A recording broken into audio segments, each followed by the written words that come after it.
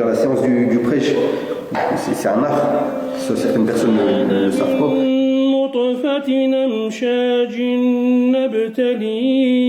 La laïcité, c'est la liberté de croire ou de ne pas croire.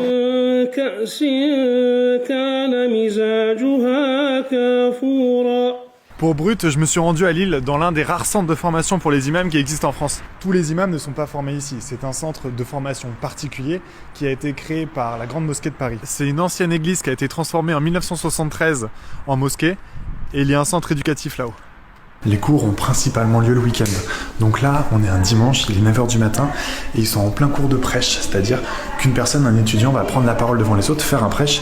C'est une sorte de mise en situation. Aujourd'hui, on a notre frère Mohamed qui va nous prêcher. Allez, venez s'il va faire. Et vous prenez note. Tu connais ce qu'il y a dans ton âme comme défaut, comme vice caché. Et le croyant véridique, c'est celui qui se remet en question en permanence. C'est celui qui se remet en question en permanence pour purifier son âme. Mohamed, j'ai 25 ans. Dans la vie, je suis chargé d'affaires en bâtiment. Comme toute chose, lorsqu'on parle devant un public, il y a ce petit stress qui est là. Là, c'était 20 personnes, mais des fois dans des grandes mosquées, 200, 300, 500 personnes. Donc il faut avoir ce charisme pour parler. C'est aussi une responsabilité, parce qu'on parle à des gens, on leur parle des paroles d'Allah, de Dieu et de son prophète, que la paix et la bénédiction soient sur lui. Donc c'est une responsabilité.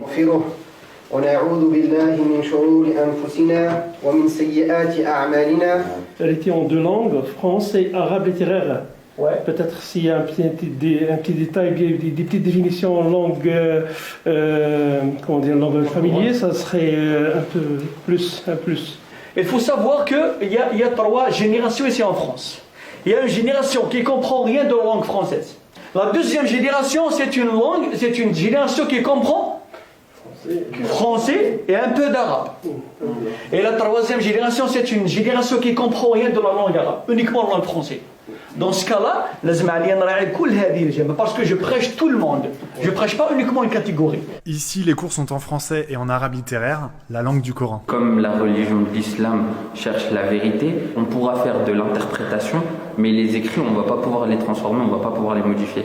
Donc du coup, ils seront toujours en arabe, d'où cet attachement à la langue arabe. C'est très important, puisqu'on a cette volonté de préserver les écrits tels qu'ils sont, et il y a une volonté aussi de les faire comprendre. Le centre est récent, il a ouvert en octobre 2020. Donc là, c'est la première promotion d'étudiants.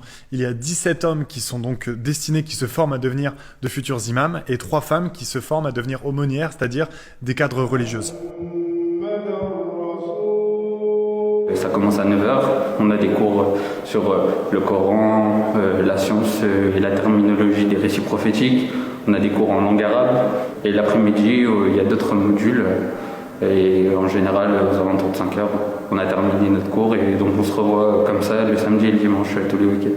Le jour du tournage, les étudiants ont assisté à un module spécial sur la laïcité. Si je vous demandais de me définir la laïcité, lequel d'entre vous qui serait capable aujourd'hui de me dire la laïcité est définie par La laïcité, c'est la liberté de croire ou de ne pas croire, d'avoir un culte, de ne pas en avoir. Donc l'Église, elle n'intervient pas dans la gestion de l'État. Et d'assigner la religion aux sphères privées et la retirer du sphère publique. En France, il existe 2 instituts principaux où l'on forme des imams. L'Institut européen des sciences humaines et l'Institut El-Ghazali, rattaché à la Grande Mosquée de Paris. C'est l'Institut El-Ghazali qui a créé ce centre à Lille en octobre 2020. On a tendance à croire que les imams se forment dans les instituts, alors que bien souvent, ils vont se former en dehors, puisqu'en France, on n'a pas beaucoup d'instituts de formation d'imams. On se forme à la carte, c'est des parcours qui sont individuels. Il n'y a pas de diplôme pour être imam, mais par contre, il y a une reconnaissance qui se fait par la communauté. Cette reconnaissance, elle est primordiale. On ne se déclare pas imam, on attend d'être reconnu naturellement, entre guillemets, c'est un mot qui revient souvent. On se fait proposer naturellement à la chaire d'imam. En fait, il n'existe pas un seul et unique cursus pour devenir un imam. Il y a au moins 2000 mosquées qui ont des imams. Ils ne sont pas passés par des centres de formation ou des instituts de formation. Là, c'est soit des imams autoproclamés, soit des imams autoformés, soit des imams qui ont vécu dans une famille de théologiens qui ont appris sur le terrain et ils ont appris tout seuls, ou bien par des des initiatives personnelles. Ils sont partis dans d'autres pays musulmans. L'imam de la mosquée Al-Forkan de Lille, qui est aussi enseignant, est algérien. Comme lui, près de 300 imams sont venus de l'étranger pour servir en France.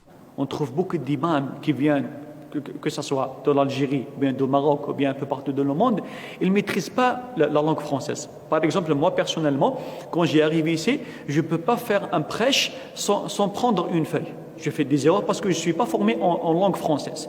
Mais avec des efforts, évidemment, j'ai fait des efforts aussi, j'ai fait des études sur la langue française. Donc, alhamdoulilah, je peux prêcher même avec la langue française. Ça, c'est le premier point. Deuxième point, il y en a des imams qui viennent un peu partout dans le monde, ils ne savent pas, ou bien ils ne comprennent pas qu'est-ce que ça veut dire la laïcité. Comment ils peuvent vivre en tant que musulmans sous un toit laïque. Ça, c'est très important. En marge du projet de loi contre le séparatisme, qu'on appelle aujourd'hui le projet de loi confortant les principes de la République, Emmanuel Macron a demandé en novembre 2020 au Conseil français du culte musulman de créer le CNI, le Conseil national des imams, pour labelliser les imams.